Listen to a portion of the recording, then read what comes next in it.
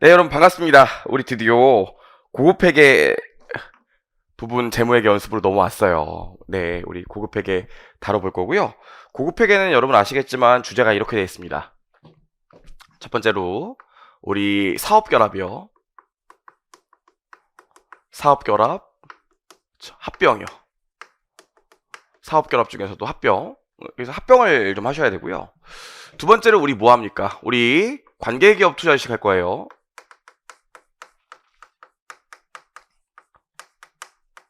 관계기업 투자 주식. 세 번째로 뭐 할 거예요? 우리 연결회계 할 거예요. 이렇게 연결회계. 네 번째로 우리 뭐 하죠? 네 번째로 우리 환율 변동 할 겁니다. 환율 변동. 또 다섯 번째로 파생 상품이 있어요.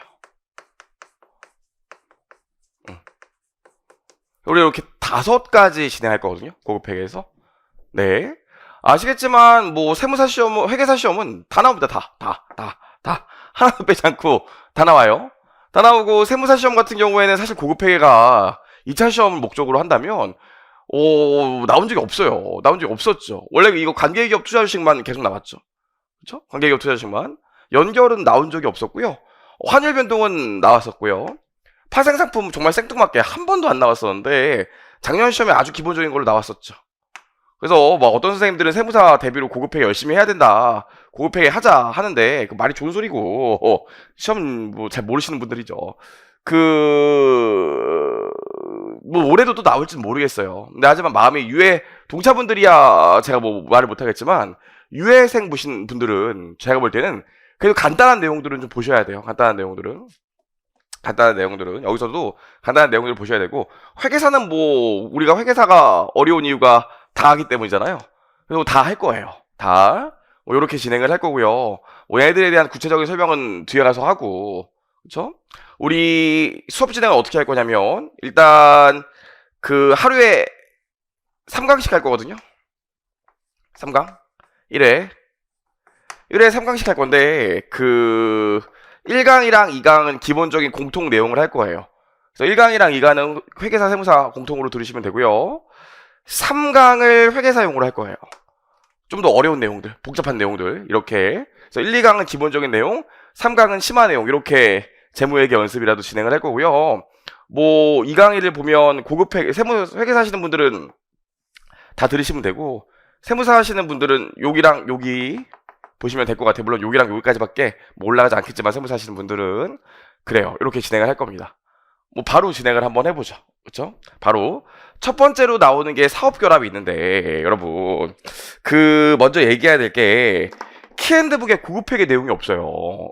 키앤드북에 뭐 올해 키앤드북부터는 고급회계 내용을 붙여둘 거지만 키앤드북에 고급회계 내용이 없기 때문에 제 카페 있잖아요. 네이버에 정윤돈의 하이엔드 재무회계 치시면 거기 고급회계에 제가 고급회계와 관련된 키앤드북 수업 내용을 올려놨어요. 수업 자료로. 그래서 세무사 하시는 분도 회계사 하시는 분도, 회계사 하시는 분은 뭐 기본 강의부터 제 강의를 들으셨을 테니까 안 들은 분도 있으신가요?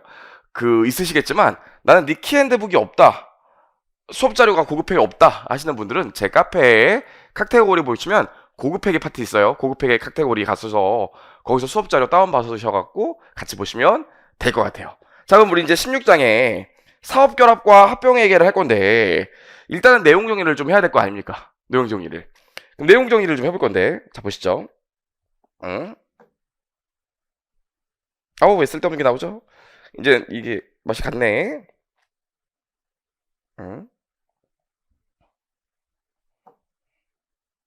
자, 우리 내용 정리를 좀 해볼 건데, 사업결합에 대한 내용 정리가 있어요. 우리가 지금 객관식도 아닌데 뭐 다 할 건 아니고 하나씩 볼 건데, 일단 첫 번째 여러분, 사업결합이 뭡니까? 사업결합 합쳐지는 거죠 라고 생각하시면 안 된다고요. 사업결합의 정확한 정의가 뭐냐면, 여기 취득자가 있어요. 취득자가 하나 이상의 사업에 대해서 지배력을 획득하는 게 사업결합이에요. 하나 이상의 사업. 그래서 교재 보시면 사업결합의 식별 요건이 나와 있는데, 사업결합에 일단 정의보시면 취득자는 하나 이상의 사업에 대해서 지배력을 획득하는 거래나 그 밖의 사건을 말한다 나와 있고요. 사업결합의 식별 요건을 보면 두 가지가 있어야 되는데 내가 자산과 부채를 사올 때 사업을 구성하고 있어야 되고 두 번째로 지배력을 획득하고 있어야 돼요. 회계사 시험이라면 이런 것들을 말문제로 내진 않겠죠. 근데 만약에 합병이 나온다면 세무사 시험 같은 경우엔 합병을 한 번도 낸 적이 없기 때문에 만약에 우리 2차 시험에 나온다면 사업결합의 요건 두 가지를 쓰시오 할 수도 있을 것 같아요. 그래서 세무사 시험 목적으로는 요거 두 가지 쓸 수 있으셔야 되고 회계사 시험 목적으로는 당연한 거죠. 그럼 다만 여러분 지배력 획득은 우리가 연결감은 자세히 얘기할 거기 때문에 큰 걱정이 없는데 이 사업에 대한 얘기를 해야 되는데 지금 우리가 이 사업의 정의, 말문제 대비 이런 걸 하자는 건 아니에요. 다만 뭐는 좀 아셔야 되냐면 우리 자산부채 취득이랑 자산 등의 취득이랑 사업이랑은 좀 구분하셔야 돼. 그쵸? 자산부채 취득이랑 사업이랑은 구분을 좀 하셔야 돼요. 여러분. 그럼 사업이 뭔데? 도대체 사업이 뭔데? 여기 보시면 사업은 투입물 그리고 그 투입물을 적용하여 산출물들을 산출할 수 있는 과정으로 구성된다 이렇게 나와 있는데 읽어보시면 뭔 소리인지 하나도 몰라요. 뭔 소리인지. 그럼 결국 사업이 뭔데? 자산부채만 사는 게 아니라 그 자산부채를 운용하는 프로세스 가치를 같이 구성하고 있는 게 사업이에요. 만약에 삼성전자에서 해커스 경영에 탐나가지고 해커스 경영의 강사인 윤돈이를 돈 주고 사왔대. 학원 하나 따로 차리려고. 그럼 윤돈이만 사온 거잖아요. 이러면은 사업결합이 아니야. 사업이 아니야. 윤돈이라는 자산을 사온 거지. 그쵸? 하지만 삼성전자가 해커스에서 윤돈이 이훈혁 원재훈 이렇게 데리고 가고 원재훈은 뺄게요. 이훈혁 정윤돈 그 다음에 서호성 이렇게 선생님들 데려가고요. 그 다음에 우리 뭐예요? 그 학원을 운영하는 이 운영 프로세스, 이 운영 절차 저희 커리큘럼 이런 것들 다 묶어서 돈 주고 한 번에 사갔대요. 이러면 사업이 돼요. 선생님 그게 무슨 의미가 있는데요? 뒤에서 보겠지만 자 봐봐. 옛날에 회계사 1차 시험에 이렇게 한번 나온 적이 있어요. 건물의 지금 현재 공정가치가 100억이고 토지의 지금 현재 공정가치가 100억이래. 근데 이걸 현금 220억에 샀다는 거예요.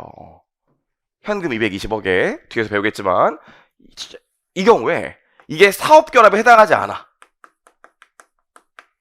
그 자산 등의 취득에 해당한다면 이거 회계 처리 어떻게 해요? 역시 고급 회계는 어렵나요? 우리 배웠어요. 유형자산의 일괄구입에서 이 경우에는 현금이 220억 나가면서 건물 토지 어떻게 하면 돼? 건물 토지 각각 공정가치 비율로 배분하면 되니까 110 이렇게 회계 처리하고 끝날 거라고요. 하지만 어떻게 돼? 이게 사업결합에 해당한다면 뒤에 있는 내용 좀 미리 얘기할게요.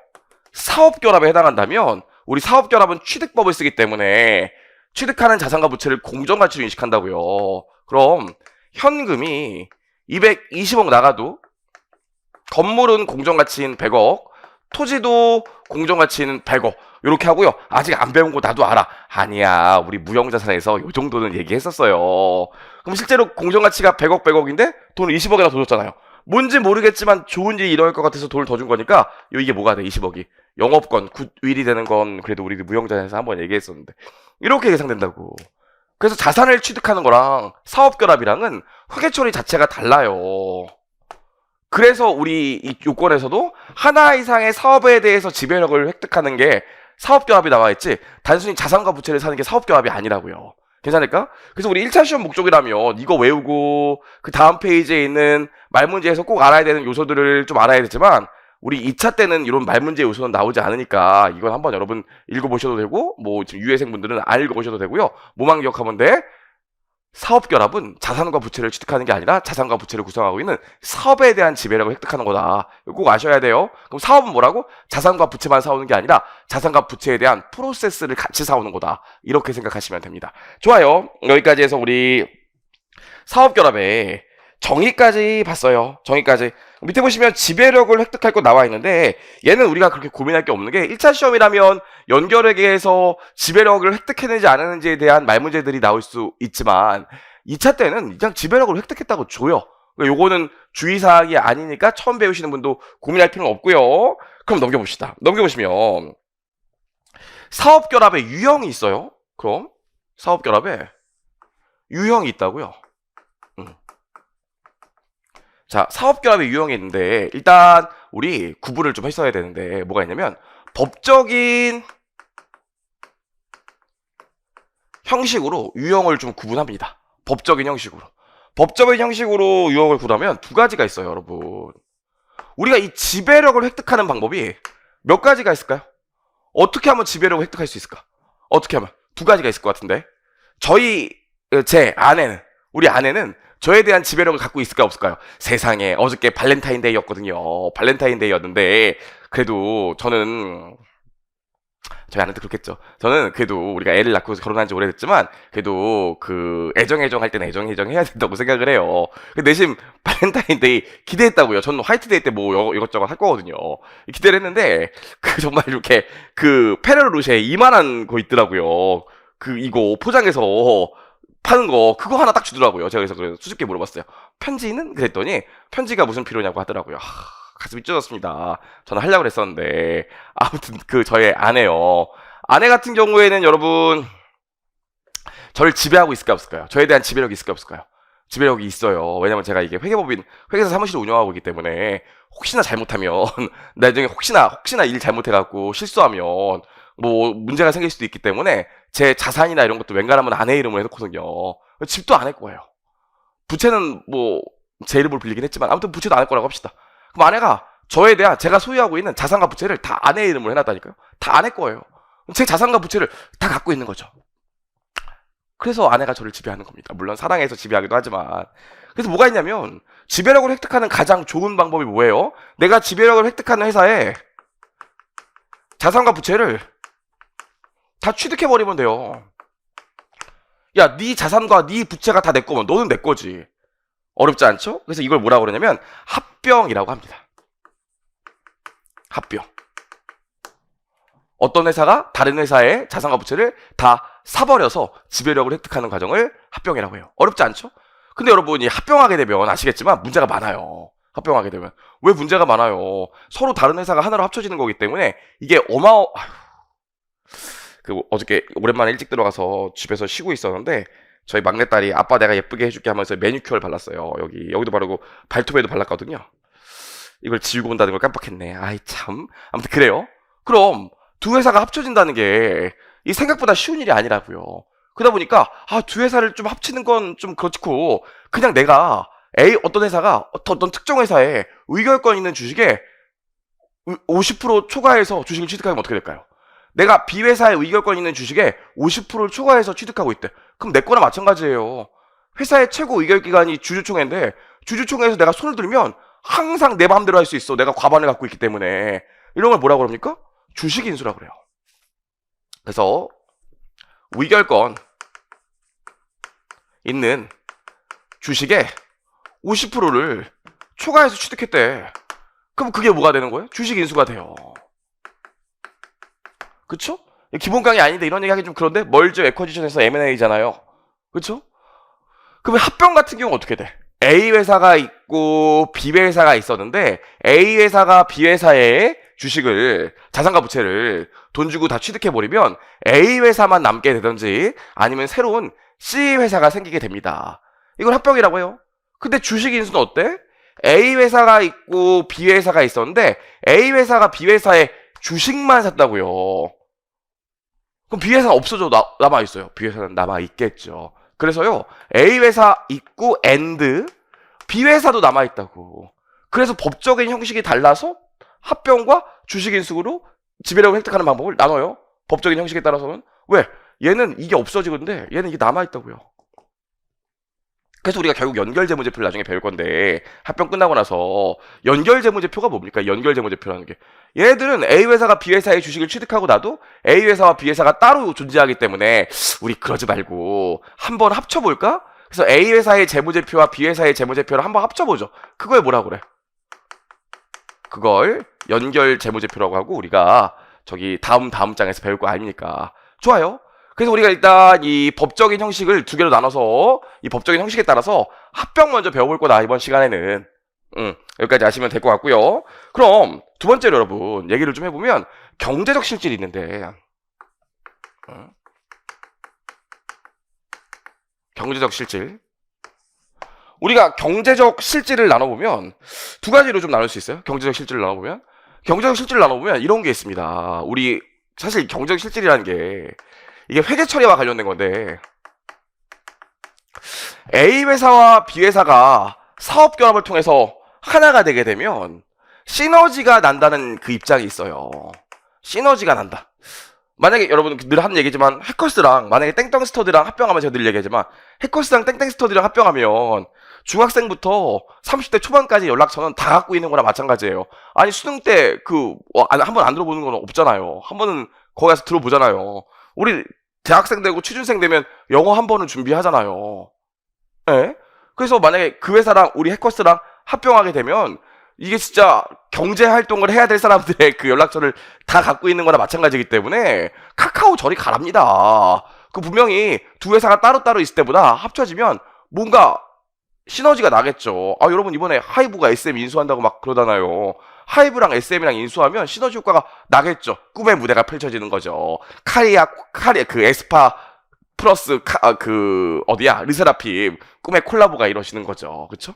시너지가 난다는 입장이 있어요. 그리고 A와 B가 합병하게 되면 시너지가 안 난다는 입장이 있어요. 그래서 이 사업 결합을 할 때 B 회사의 자산과 부채를 공정가치로 평가해야 된다는 입장이 있고요.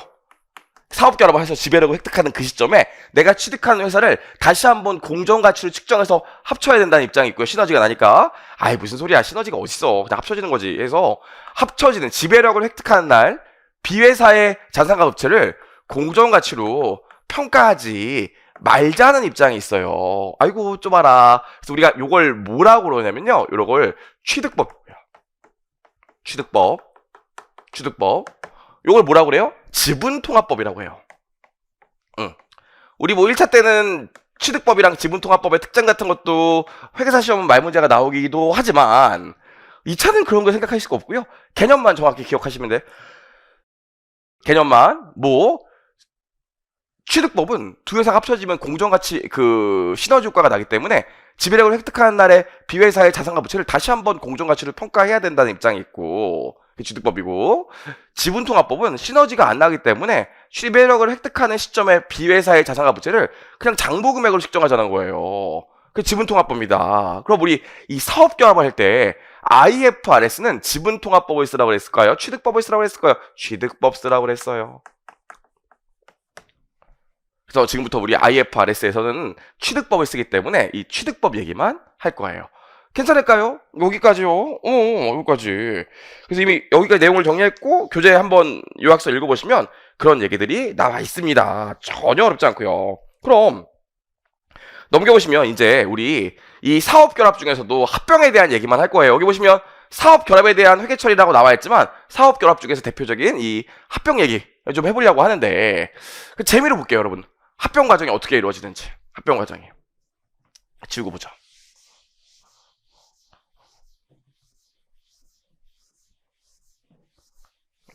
자, 여러분, 그냥 편안하게 재미있는 얘기를 들으시면 돼요. 회계사는 1년에 언제가 그나마 한가하다고 그랬어요? 여기 1월 1일부터 하면 그나마 여기 12월 31일 있으면 여기 9월 30일 끝나고 요때가 한가해요. 그나마 요 3개월이 좀 한가해요. 요 3개월이. 사실 3분기 뛰면 요거 3개월도 안 한가할 수 있는데 그래도 한 11월, 12월은 한가하거든요. 11월, 12월. 근데 우리나라의 이 기업들의 사업결합이 11월, 12월에 보통 집중적으로 일어나요. 왠지 알아요? 사업결합하려면 회계사가 꼭 필요한데 회계사가 11월, 11월 때만 그래도 그나마 한가하거든요. 그래서 회계법인 파트너들이 이렇게 사업결합이 일 미루고 하다가 11월, 12월 때쯤 돼서 하실까요? 이런다고요. 그런 경우가 많아요. 그래서 우리 놀고 있다가 11월, 12월 달에 이거 M&A 업무 차출돼서 나가면 엄청 짜증 많이 내요. 저도 그랬거든요. 보통 요때 많이 하는데 요때 그럼 M&A 업무 과정이 어떻게 되는지 잠깐 보면 이래요. 예를 들어서 여기 뭐 할까? B회사 할게요. B회사. 그럼 B회사가 이제 얘기를 하는 거죠. 안 되겠어. 나 우리 회사 좀 파야 되겠어. 혹시 우리 회사 사고 싶은 사람 있으면 우리 회사 팔 거니까 나한테 얘기해. 그러면서 뭐 하냐면 매각 공고를 때려요. 아주 간단하게 얘기하는 거예요. 매각 공고. 우리 회사 사고 싶은 사람 있으면 손 들어요. 그래요. 그럼 이 회사가 괜찮으면 내가 살게 인수 위항서를 낸다고요. 이렇게 내가 살게 하면서. 근데 왜 옛날에, 요즘은 미팅 같은 거 많이 안 하죠. 옛날에 저희 때만 하더라도 동아리 미팅, 뭐 과 미팅 뭐 이런 거 많이 했거든요. 그럼 4대4 미팅이야. 4대4 미팅이면 남자애들 뭐 서로 나간다 그런다고요. 근데 이제 여기 밑에, 야 미안한데 너부터는 나중에 나가자. 그래서 비리비리한 애들 좀 잘라낸다고요. 이것도 마찬가지예요. 아무나한테 나를 팔 수 없잖아. 그래서 보통 괜찮아 보이는 회사 4개사를 딱 남겨요. 실제로 왜 4개를 남기는 줄 알아요? 4개를? 왜? 우리나라의 대형 회계법인이 4개 있기 때문에 그래요. 그래서 회사를 4개 딱 남깁니다. 이렇게 4개. 4개를 딱 남겨요. 그럼 4개를 딱 남기고 나서 4개를 이게 뭐 하냐면, 야 그럼 니네 회사들도 우리 회사에 얼마에 살지, 우리 회사가 얼마짜리인지 궁금할 테니까 우리 회사가 어떤지 좀 알아볼 수 있는 시간을 줄게. 그리고 필요하면 우리 회사에 대한 정보도 좀 살짝 줄게 하면서 시간을 줘요. 그걸 뭐라고 그러냐면 예비실사라고요. 예비실사. 이 예비실사라는 걸 합니다. 그럼 예비실사가 뭐냐면 B회사의 재무상태표를 한번 보는 거야. 여러분 이거 들어야 합병 회계 처리 과정을 이해할 수 있어요. 제가 필요 없으면 안 해요. 지금 연습 강의 하는데 가뜩이나 혼자 찍고 있는데 지금 이걸 제가 이런 잡소리를 할 이유가 없죠. 다 들으셔야 돼. 보시면 이렇게 한다고. 그럼 B회사의 자산의 장부금액이 이렇게 있고, B회사의 부채의 장부금액이 있고, B회사의 자본의 장부금액이 이렇게 있을 거 아닙니까? 괜찮을까요? 그럼 B회사 입장에서는 이제 B회사를 살려고 하는 회사들이 이렇게 있으면, 그 중에 A회사가 하나 있다고 할게요. A회사가. 뭐 다른 회사들도 있는데 A회사가 있다고 할게요. 그럼 A회사 입장에서는 B회사가 진짜 얼마짜리인지를 한번 알아봐야 될 거 아닙니까? 재무상태표의 가장 큰 문제가 뭐라고요? 재무상태표의 가장 큰 문제가 재무상태표를 봐서는 이 기업이 얼마짜리인지를 알 수가 없다니까요. 알 수가 없어. 그래서 어떻게? 요거 장부금액을 공정가치로 바꾸고요. 요거 장부금액을 공정가치로 바꿔요. 이렇게. 그래서 이 실사라는 걸 가끔씩 언론 보면 나오는데 실사 과정에 있다 하는데 이게 뭐냐면 장부금액을 공정가치로 바꿔주는 거야. 장부금액을 공정가치로 바꿔주는 거예요. 이게 실사예요. 근데 만약에 보세요. 만약에 삼성전자가 해커스를 인수한다고 하면 내가 무형자산에서 얘기했지만 해커스의 가장 큰 자산이 뭡니까? 여러분이 생각할 때 해커스의 가장 큰 자산이 뭐예요? 윤돈이? 그쵸, 윤돈이도 가장 큰 자산이지만 해커스의 가장 큰 자산이 뭐냐고요? 브랜드죠. 브랜드. 해커스라는 브랜드, 모두가 알고 있는 해커스라는 브랜드가 가장 큰 자산이에요. 괜찮을까요? 근데 우리 무형자산에서 배웠지만 해커스 재무제표를 보면 해커스 브랜드가 자산으로 잡혀 있어요? 안 잡혀 있어요? 자산으로 인식되어 있습니까? 인식되어 있지 않습니까? 인식되어 있지 않아요. 왜 인식되어 있지 않아? 왜? 이게 지금 회계사 하시는 분들도 있지만 세무사 하시는 분들도 들으시기 때문에 세무사 하시는 분들을 고급회계 완전 노베이스라고요. 최소한으로 압축해서 좀 얘기하고 있어요. 보시면 인식 안 해. 왜냐면 내부적으로 창출한 브랜드는 신뢰성 있는 원가에 측정이 안 되기 때문에 인식 기준을 충족하지 않아서 안 잡아놨잖아요. 하지만 삼성전자 입장에선 삼성전자가 만약에 해커스랑 사업 결합한다고 하면 삼성전자의 해커스의 브랜드 가치가 탐나서 합병하는 경우도 있고 사업 결합하는 경우도 있고 사업 결합하는 과정에선 해커스의 브랜드 가치가 얼마인지 추정할 수 있다고요. 측정할 수 있다고. 그래서 B회사가 자산으로 잡지 않은 것 중에서도 자산으로 잡은 게 있으면 플러스 알파로 잡아요. 이렇게. 실제로 가서 이 일을 한다고. 이 일을 해요. 이렇게 해서 요게 한 1000억쯤 돼. B회사에. 요게 한 200억쯤 돼. 괜찮을까요? 그럼 사업 결합하는 과정에서 A사는 B회사 주주한테 얼마를 주면 돼? 결국 여러분 B회사 누구한테 돈을 주는 거예요? B회사 자체한테 돈을 주는 건 아니야. 아니 A회사가 B회사랑 합쳐질 거래.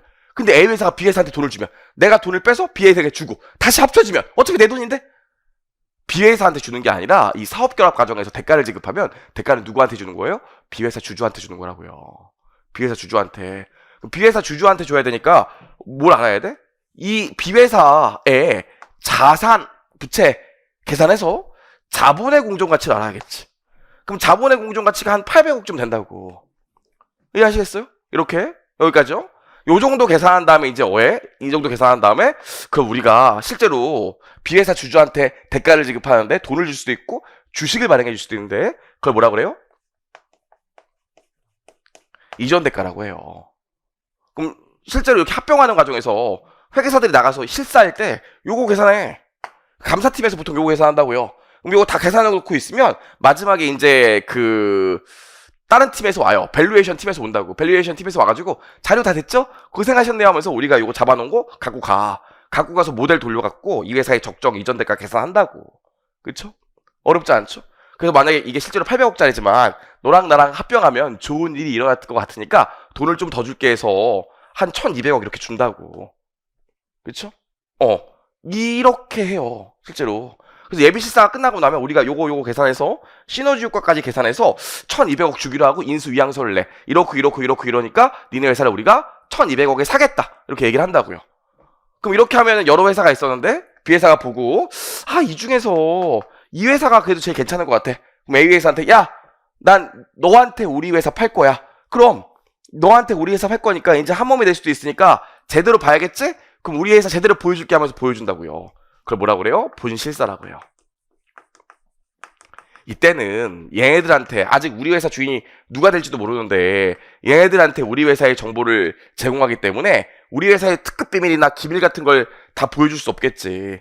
하지만 이제 얘가 우리 회사의 주인이 되기로 어느 정도 결정이 됐기 때문에 얘한테 우리 회사의 정보를 다 보여준다고.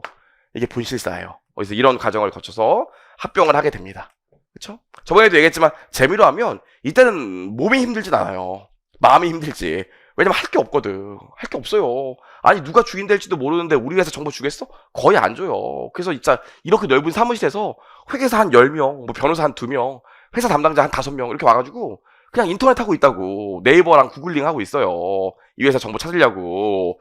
하지만 이때는 정말 집에 못 가요. 바쁘고 어떡해요. 그쵸? 이게 합병의 사업결합의 과정입니다. 이게 사업결합의 과정이에요. 이게. 그럼 봐봐. 우리 이 사업결합, 다른 말로 사업결합 사항에서 취득법에 회계처리 절차를 볼 건데 제가 이미 얘기했어요. 첫 번째로 뭘 알아야 돼? 취득자를 식별해야 돼요. 야, 근데 있잖아. 우리 중에서 이 회사 누가 사는 거야? A 회사가 B 회사 사면 A 회사가 취득자가 되겠지. 자, 사업결합 과정에서 A가 B를 이제 돈을 주고 B 회사를 사기로 했대요. 주식을 사든지 아니면 B 회사의 자산과 부채를 사든지. 이 경우에 A를 뭐라고 그래? 취득자. 그럼 B는 뭐라 그럴까요? 팔리는 나 아니야. 팔리는 나기 때문에 B를 뭐라 그래? 피취득자라고 해요. 첫 번째로 누가 사는데 취득자를 결정합니다. 선생님 당연히 A가 B를 사니까 당연하겠죠. 아니야. 실제로 신문은 그렇지가 않아. 여러 회사가 합쳐져서 하나로 합병되는 경우도 있고 B 회사를 놓고 A 회사와 C 회사가 같이 사는 경우도 있어. 이런 경우에 누가 취득자가 돼서 누가 합병의 회계처리, 사업결합의 회계처리를 해야 되는지 궁금할 때 꽤 많아요. 우리 계속 기본 강의 때는 그런 얘기를 했었지. 왜냐면 1차 때는 회계사 같은 경우에 그런 얘기가 나오기도 하니까. 하지만 2차 때는 그냥 취득자가 누구라고 명확히 줘요. 그래서 큰 의미가 없어요. 그럼 취득자를 결정하고 나서 두 번째로 우리가 뭘 결정해야겠어요? 두 번째로. 당연한 거 아니야. 뭐 언제 합쳐지는데? 우리 언제 합쳐지는데? 회계처리 언제 할까? 해야 될 거 아닙니까? 그래서 취득일을 식별해야 돼요. 어렵지 않죠? 그쵸? 이것도 마찬가지야. 1차 때는 이런 것들을 고민하지만 2차 때는 문제에서 제시해요. 고민할 사항이 아니에요. 자, 여기까지 하고 나면 세 번째로 뭐 해줘야겠어? 3단계로. 봤잖아 지금. B회사의 자산과 부채를 공정가치 플러스 알파로 바꿔줘야 될 거 아닙니까? 그래서 우리 뭐해요? 세 번째로 식별 가능한, 여러분 이제 취득자, 피취득자 이러면 너무 힘드니까요. 그냥 취득자를 A회사, 피취득자를 B회사라고 할게요. 약속. 그래서 취득 가능한, 식별 가능한 B회사의 자산과 부채를 우리가 다시 측정해야겠죠. 근데 어떤 금액을 측정해? 공정가치로, 그리고 플러스 알파로 측정하게 됩니다. 했던 얘기 나오잖아요. 그리고 네 번째로 뭐래? 그리고 네 번째로 내가 얼마 줄 건지도 한번 생각을 해봐야겠지. 그럼 내가 얼마 줄 건지 생각을 했어요? 얼마 줄 건지 생각했더니 봐봐. 내가 1200억 주고 이 회사를 사기로 했어. B회사 주주한테 1200억을 주기로 사기로 했다고요. 근데 봤더니 B회사의 자본의 공정가치는 800억이야. 어머, 그럼 얼마를 더 줬어? 400억을 더 줬죠.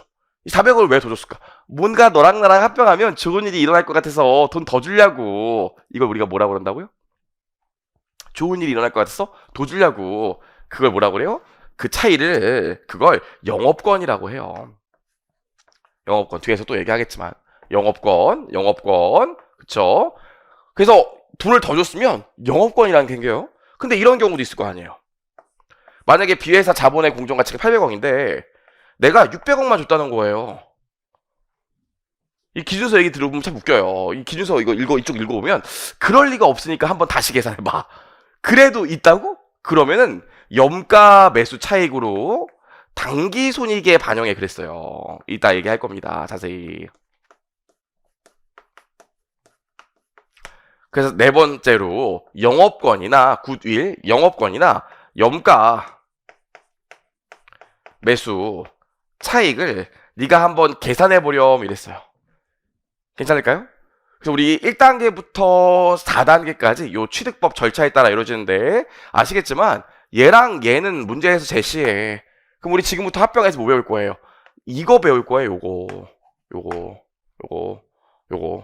배울 겁니다. 그럼 여기까지 해서 우리 교재 보시면 블라블라 얘기가 나와 있는데 이런 얘기들은 사실 1차 때는 굉장히 중요하지만 2차 때는 중요한 얘기가 아니에요. 그래서 우리 뭐 세무사 하시는 분들이나 회계사 하시는 분들이나 여기까지는 뭐 가볍게 읽어보시면 될 것 같고요. 넘겨보시면 그래서 취득자가 취득한 자산이나 인수의 염가매수 선택권 측정 개념이 나오는데 요거 잠깐만 좀 얘기를 해보죠. 요거 그럼 지금 여기까지 해서 우리가 사업결합 이제 사업결합 그 과정에서도 합병만 얘기할 건데 합병하는 과정에서 합병만 좀 얘기를 해볼 건데 합병하는 과정에서 전체 합병 플로우가 어떻게 되는지를 좀 볼게요. 이걸 알아야 우리가 이해하기 쉬우니까. 그럼 합병 플로우를 보면 이렇게 돼 있어요. 봐봐.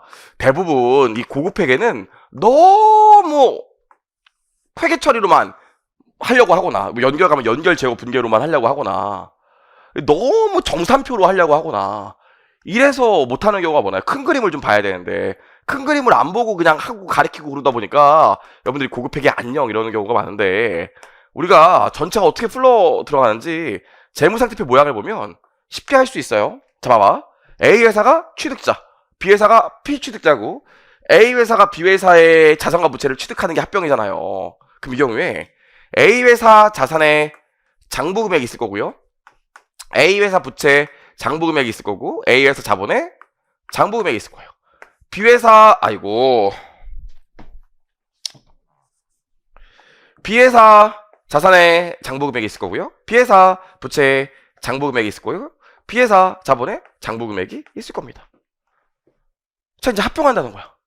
합병하게 되면 우리 아까 봤지만 취득자가 누군지 결정하고 취득이 언제인지 결정하고 그 다음 뭐 한다고요? B회사의 자산과 부채를 공정가치 플러스 알파로 만든다니까요? 그럼 일단 공정가치로만 해볼게요. 그럼 공정가치 플러스 알파 그래. 여기도 공정가치 플러스 알파로 만든다고요. 그럼 자연스럽게 이것도 공정가치로 돌아가겠지. 그쵸? 자 그럼 사업결합 과정에서 합병일, 취득일의 회계처리를 보자. 이렇게 될 거예요. 지금 누가 이거 회계처리하는 거야? A사 입장에서 회계처리를 할 거거든요. 왜냐면 A사가 B회사 주주에게 대가를 지급하고 B회사의 자산과 부채를 사오니까. 그럼 합병하게 되면 B회사의 자산이 공정가치 플러스 알파로 들어오겠지? B회사의 부채가 공정가치 플러스 알파로 들어올 거예요. 만약에 합병 대가로 이전 대가로 B회사가 주주에게 현금을 줬다고 할게요. 현금이 나갈 거예요. 봐봐. 이게 만약에 1000억이라고 하자. 이게 200억이라고 하자. 그럼 지금 B회사의 자본 다른 말로 순자산 공정가치가 얼마예요? 800억이라고요. 괜찮죠? 이게 800억인데 내가 돈을 1000억 줬다는 거야. 그럼 200억 더 줬지. 대체가 안 맞잖아 지금. 이게 뭐가 돼요? 이게 우리나라 말로 영업권, 영어로는 굿윌, 굿일이 우리나라 말로 해석하면 뭡니까? 희망. 좋은 일이 일어날 것 같아. 희망을 표기하는 거예요. 희망을. 그래서 이렇게 영업권으로 계산이 되게 돼요. 영업권. 어렵지 않죠? 그래서 우리가 이 영업권은 어떻게 표기합니까? 무형자산으로 표기하잖아. 그쵸? 그래서 이렇게 회계 처리하게 되면 합병호 A 회사의 재무제표 봅시다. 어떻게 되겠어? A 회사의 자산이 장부금액 있었는데 이전 대가만큼 현금이 나가겠죠? 이전 대가만큼 현금이 나갔을 거예요. 그리고 B 회사의 자산이 공정가치 플러스 알파로 들어왔을 거 아닙니까? 괜찮죠? 공정가치 플러스 알파로. 그리고 여기 뭐예요? A 회사의 부채가 장부금액 오고요. B 회사의 부채가 공정가치 플러스 알파로 올 거 아니에요. 괜찮을까요? 여기까지. 그리고 우리 뭐 있어요? 여기 이제 영업권이 뜨겠지. 영업권 무형자산이라며 뜬다고요. 그리고 뭐가 떠요? 자본은 B회사의 자본은 안 와. B회사의 주주에게 돈을 주고 B회사의 자산과 부채만 사왔지 B회사 주주는 올 수가 없어요. 그래서 여기 뭐가 옵니까? A회사의 자본만 이렇게 딱 떠요. 이게 합병 시점의 회계 처리야. 합병 시점의 재무제표예요. 합병이 일어난 날 손익계산서는 그릴 수가 없겠죠. 이렇게 딱 된다고 이게. 그래서 뒤에서 또 얘기하겠지만 합병은요 여러분 연결이랑 좀 틀려. 우리 배우셨지만 관계기업 투자주식은 논외로 하고 연결 같은 경우에는 두 회사가 따로따로 존재하다가 매기말 그냥 합쳐보는 회계처리를 해보는 게 연결이잖아. 그래서 얘는 매기말 계속 이슈가 있어요. 매기말 계속 이슈가 있지만 이 합병 얘는 어때요? 얘는 합병하는 날만 이슈가 있지 합병하고 나면 그 다음부터는 그냥 우리가 배웠던 중급회계 내용이랑 똑같아. 그래서 막상 나오면 합병이 물론 합병이 쉽진 않아요. 합병이 어려울 게 없는 게 합병하는 그 날만 물어본다고. 아니면 합병하고 나서 1년 이내의 사건들만 물어봐요. 그래서 합병은 우리 세무사 시험 같은 경우엔 세계사 시험 같은 경우엔 보통 나오는 게 뭐야? 영업권이 얼마냐만 물어봐요. 이 회계사 시험 2차에 뭐 나와? 2차에 자산 이거 어떻게 되는지 물어봐요. 이거 부채 어떻게 되는지 물어보고.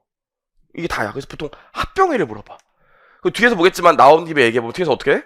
보면 근데 이게 중간에 이게 합병하고 나서 이게 좀 금액이 바뀌는 경우가 있거든요. 확실치가 않아서. 그 내가 주기로 한 대가도 좀 중간에 바뀌는 경우가 있어요. 그런 것들만 1년 이내에 조정해주면 돼. 보통 합병은 1월 1일 날 합병했다고 하면 1월 1일 날에 재무상태표에 있는 것들을 물어보고 그리고 1년 이내의 숫자들만 딱 물어봐요. 그리고 딱 끝나. 어렵지 않지? 이게 합병이라니까요. 근데 이런 경우도 있을 거예요. A사 입장에서 이제 회계 처리를 이렇게 해보는 거지. 자, 이렇게 할 수 있어요. B사의 부채가 공정가치 플러스 알파로 붙고요. B사의 자산이 공정가치 플러스 알파로 붙어요. 이게 1,000억이야. 이게 200억이래. 그럼 이거 묶으면 이거 묶으면 800이지. 그쵸? 근데 아까도 얘기했지만 현금을 600 주는 경우도 있죠. 600. 싸게 샀다고. 제가 저번에도 한번 얘기했죠. 이거 범죄와의 전쟁에서 조주생슈 생각해보면 된다고. 나이트클럽 사장 납치해가지고 욕조에 물 담가갖고 넣고 빼고 했더니 그 나이트클럽 사장님이 욕조에 들어갈 때마다 우우 하고 탁 나오는데 아 김 사장 왜 그러는데 그러고 뚝 들어간 다음에 그 가격에 못 팔지 이러다가 결국에는 울면서 사인을 하잖아요. 아주 헐값에 나이트를 넘긴 거죠. 그래서 조주생씨가 그 계약서를 막 흔들면서 탁 치면서 애들한테 그래요. 마! 오늘 수고했다! 하면서 막 간다고요. 이게 원가에서 차이게요. 싸게 샀다는 거지, 싸게. 그쵸? 그래서 요 경우에는 여기 대차가 여기가 안 맞아. 그래서 요거 200억 나오게 되는데 요걸 뭐라 그래? 염가 매수 차익이라고 하고요. 이건 내가 열심히 일해서 담그고 막 그래갖고 열심히 일해서 싸게 샀다는 거기 때문에 당기손익에 반영해요. 당기손익에. 그래서 얘 같은 경우에는 어떻게 되겠어? 염가매수 차익이 존재하면 합병 후의 재무상태표를 보면 A회사 장부금액 있고요. 이전 대가로 현금을 지급했으면 이전 대가만큼 현금이 빠지겠지. 그 B회사 자산 공정가치 플러스 알파 오고 이제 영업권 없겠죠. 그 A회사 장부금액 들어오고 B회사 공정가치 플러스 알파 들어오고 A회사 장부금액 이렇게 들어오고 딱 끝날 거예요. 괜찮을까요? 여기까지. 그럼 이렇게 얘기하면 또 여러분이 이 영업권 있는 경우가 중요하구나 이렇게 생각할 수 있지만 아니야. 나중에 사업결합도 마찬가지고 특히나 지분법이나 연결 가면 영업권 염가매수 차익이 나오는 경우가 되게 중요해요. 왜냐면 염가매수 차익이 사업결합일날 취득일날 탁 나오고 나서 아무 얘기도 안 해. 그리고 기말에 당기손익에 미치는 영향을 물어보는데 이거 당기손익에 영향을 미치잖아요. 근데 예상외로 또 이거 빼먹고 계산하는 경우가 많다고. 그래서 염가매수 차익이 나오면 그의 당기손익에 반영된다는 게 엄청나게 중요해요. 1차 때도 얘기했지만 이거 꼭 기억하셔야 됩니다. 그래서 우리 교재 보시면 그쵸? 염가매수 차익이나 영업권을 어떻게 계산하는지 나와 있고요. 넘겨보시면 영업권에 대한 말 얘기가 나와 있는데 아시죠? 내부적으로 창출한 영업권은 신뢰성 있는 원가에 측정이 안 되기 때문에 절대로 자산으로 잡을 수 없고 외부에서 구입한 영업권은 신뢰성 있는 원가에 측정이 이렇게 가능하잖아. 그래서 무형자산을 인식합니다. 근데 특징이 뭐죠? 뒤에 가면 또 얘기할 거예요. 뒤에 가서 얘기할 거지만 필기해도 되고 안 해도 돼. 뒤에 나와 있으니까 외부 사업결합을 통해서 취득한 영업권 같은 경우에는 상각 안 하죠. 매기말 손상 징후와 관계없이 손상 검토하죠. 일반적으로 무형자산은 손상도 인식하고 환입도 인식할 수 있지만 영업권은 환입 안 되는 거 아시죠? 뒤에서 배울 겁니다. 왜 환입 안 돼요? 왜 안 되긴요. 얘네는 뭐가 안 돼? 내부적으로 창출한 영업권이나 손상시키는 영업권을 환입 잡나 효과가 똑같기 때문에 손상된 영업권의 환입은 내부적으로 창출한 영업권이랑 동일하게 보기 때문에 환입을 안 시켜줍니다. 보시면 될 것 같고요. 그래서 그런 얘기들이 블라블라 나와 있어요. 그 다음에 염가매수 차익은 당기손익으로 인식한다. 이런 방법으로 계산한다. 여기까지만 알고 있으시면 될 것 같아요. 우리 여기까지 내용을 갖고는 문제를 풀 수가 하나도 없어요. 여기까지 해서 지금 우리 사업결합에 대한 인트로까지 받고 잠깐 쉬었다 와서 이제 본격적인 얘기들을 좀 나눠볼 건데 뭘 배워야겠어? 당연히 얘는 이제 회계 처리 자체는 간단하다니까. 부모님 뭐가 더 중요해요? 여기 들어갈 금액이 뭘까? 그래서 얘는 자산과 부채를 공정가치 평가하는 게 제일 중요해. 그 얘기를 해볼 거예요. 잠깐 쉬었다 오겠습니다.